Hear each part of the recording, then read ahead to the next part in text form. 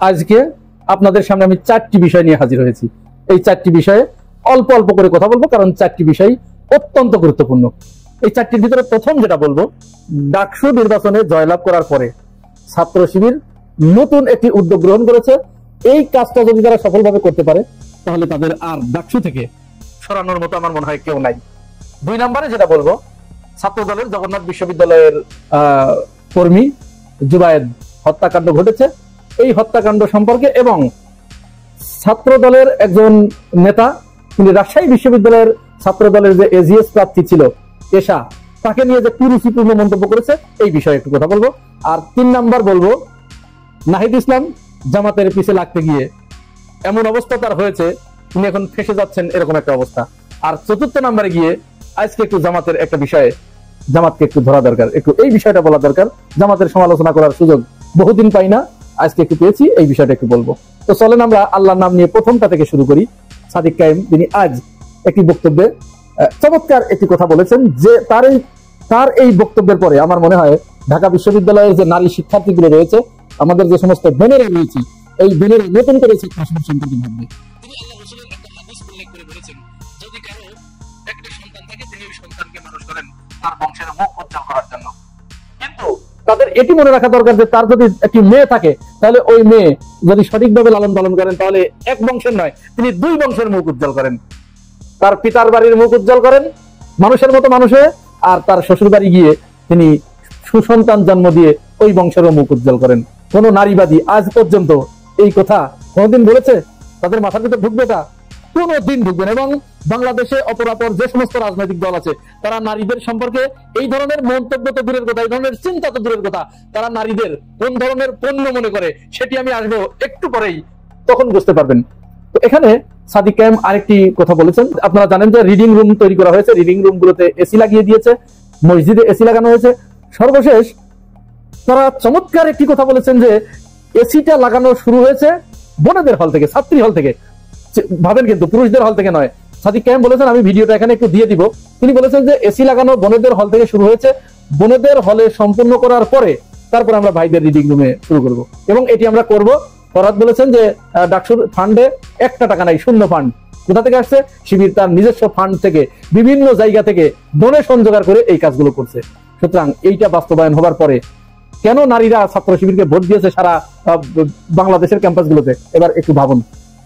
এইটা সম্পূর্ণ হবার পরে আমার মনে হয় ডাকসু থেকে ছাত্র শিবিরকে সরাতে পারবে এরকম শক্তি জোর করে ছাড়া গণতান্ত্রিক ভাবে ভোটের মাধ্যমে কেউ ছাত্র শিবিরকে ওখান থেকে সরাতে পারবে এরকম ক্ষমতা কারোর আছে বলে আর মনে হচ্ছে না। কারণ মেয়েরা বুঝে ফেলেছে, ছাত্ররাও বুঝে ফেলেছে যে তারা হিরোখণ্ড চিনতে ভুল করেনি, তারা সঠিক নেতৃত্ব নির্বাচন করে তাদের নেতা নির্বাচন করেছে।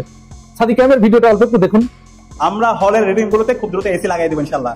ইতিমধ্যে আমাদের যে ছাত্রীদের হলগুলোর আমরা কাজ শুরু করে দিয়েছি, এবং আমাদের বোনদের কাজ শেষ হওয়ার পর আমরা আপনাদের এখানে আমাদের উদ্যোগগুলো আমরা গ্রহণ করব।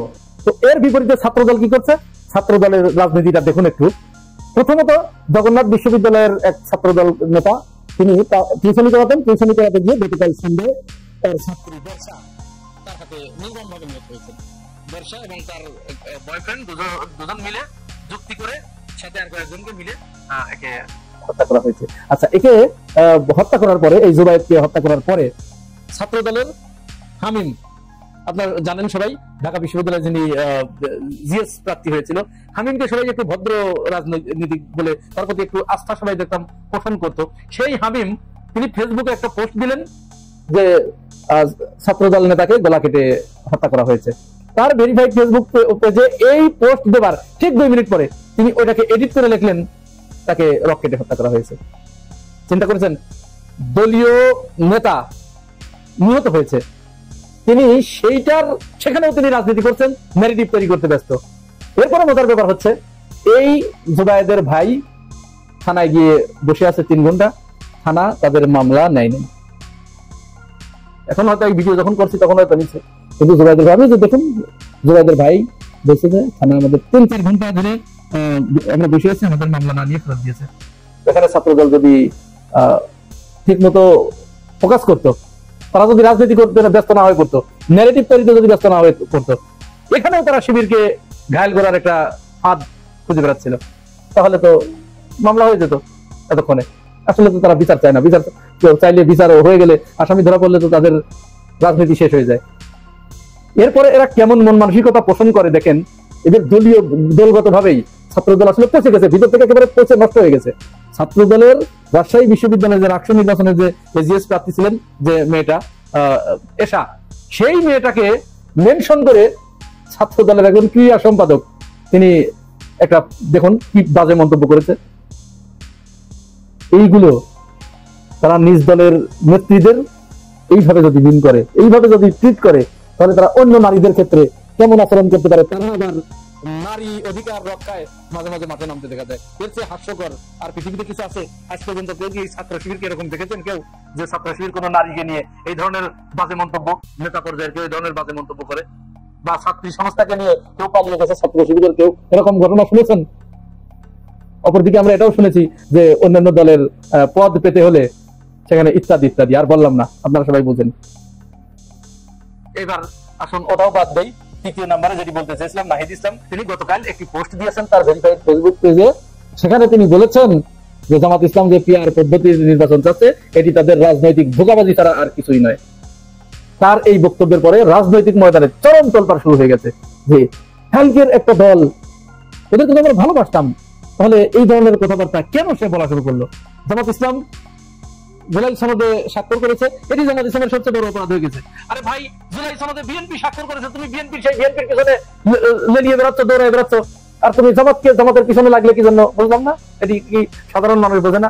জামাতের পিছনে লাগার তার একমাত্র কারণ সে বিএনপির সাথে ঘুটু করে ফেলেছিল যে জামাত যদি এই সনদে স্বাক্ষর না করে 2-3 দিন পরে এনসিপি স্বাক্ষর করবে, স্বাক্ষর করার পরে তারা বিএনপি এবং এনসিপি মিলে জামাতকে একটা কিক দিয়ে সরাই দিবে। এই ছিল তাদের পরিকল্পনা।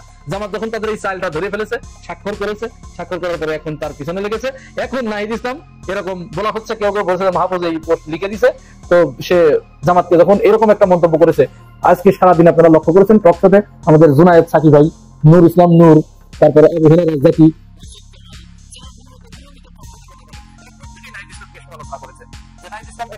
তার দলগত হতাশা থেকে, তিনি তার দলের ভবিষ্যৎ দেখে, তার ব্যক্তিগত হতাশা থেকে এই কথাটি তিনি বলেছেন, এটি তার একেবারে শিশুসুলভ বোকামি, এখানে রাজনৈতিক কোনো পর্দা নেই। এমনকি কেউ কেউ এটিও বলেছেন যে তিনি শাপলা প্রতীক যখন তারা পাচ্ছে না এবং যখন নির্বাচন কমিশনে দৌড়াদৌড়ি করেও তার নিবন্ধনের কুল কিনারা করতে পারছে না, তখন বিএনপিকে ম্যানেজ করে এই বক্তব্য সে দিয়েছে যে ওই শাপলা প্রতীক পাওয়ার জন্য।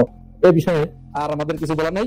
সর্বশেষ আমি যে বিষয়টি বলতে চেয়েছি, আসলে এবার সেটি শুনি। জামাত ইসলাম সম্পর্কে আমরা জানি যে জামাত ইসলাম হচ্ছে বর্তমান সময়ের যতগুলো রাজনৈতিক দল আছে সবচেয়ে গণতান্ত্রিক, তাদের দলের ভিতরে গণতন্ত্র আছে, তারা গণতন্ত্রের চর্চা করে। অন্যান্য দলে যখন দলের ভিতরে গণতন্ত্র নাই, নেতা যা বলবে তাই জি হুজুর জি হুজুর, ঠিক সেই মুহূর্তে জামাত ইসলামের ক্ষেত্রে এসে এমন কথা আমাদের শুনতে হবে এটি আমরা কল্পনাও করতে পারি না। কুমিল্লার চান্দিনা যে 7 আসন, এই আসনের লাবিব আহসান নামে একজন জামাতের নেতা, তিনি সেখানে লিখেছেন যে জামাতের রুকনরা কাকে ওই আসনে নমিনেশন দেওয়া হবে এই হিসেবে ভোটাভুটি হয়। ভোটাভুটিতে জামাতের রুকনরা ব্যারিস্টার শাকিরুল্লাহকে সেখানে ভোট দেয়, কিন্তু অদৃশ্যভাবে অন্য একজনকে নাম ঘোষণা করা হয়। এরপরে যখন রুকনরা প্রচন্ডভাবে বিরোধিতা করে, তখন আবার পুনরায় ভোটের ব্যবস্থা করা হয়। সেই ভোটেও ব্যারিস্টার শাকিরুল্লাহকে রুকনরা ভোট দেয়, দ্বিতীয়বারও আগের ব্যক্তিকে নাম ঘোষণা করা হয়। জামাতের ভিতরে যদি এইটা থাকে, যদি এটি সত্যি হয়ে থাকে, আমরা জানি না, আমি এখানে দিয়ে দিচ্ছি ওই ওনার পোস্ট আমি দিয়ে দিচ্ছি, যদি এটি সত্যই হয়ে থাকে। বরিশালের ব্যাপারে উনি একটা বলছেন, বরিশাল থেকেও তাকে একজন ফোন করে ঠিক একই কথা জানিয়েছেন। আবার আমি ব্যক্তিগতভাবে রাজবাড়ী পাংশা যে আসনটা, এই আসনের ব্যাপারেও আমার কাছে এই ধরনের একটা কথা আমার কানে আসছে, আমি শুনেছি। ফলে জামাত ইসলাম এই বিষয়টি কি জবাব দিবেন, তারা যেন এই বিষয়ে পরিষ্কার একটা ব্যাখ্যা দেয়। মানুষের ভিতরে যে ভুল ধারণা তৈরি হচ্ছে বা জামাত সম্পর্কে যে কি ভুল মেসেজ যাচ্ছে, যখন যে মুহূর্তে জামাতের ইমেজ বিল্ডিং হচ্ছে সারা দেশে, সীসা ঢালা প্রাচীরের মতো ইস্পাত কঠিন শক্ত ইমেজ তৈরি হচ্ছে, সেই মুহূর্তে জামাতের দলের ভিতরে আভ্যন্তরীণ এই ধরনের কথা যদি মানুষের কানে যায়, তাহলে কিন্তু জামাত সম্পর্কে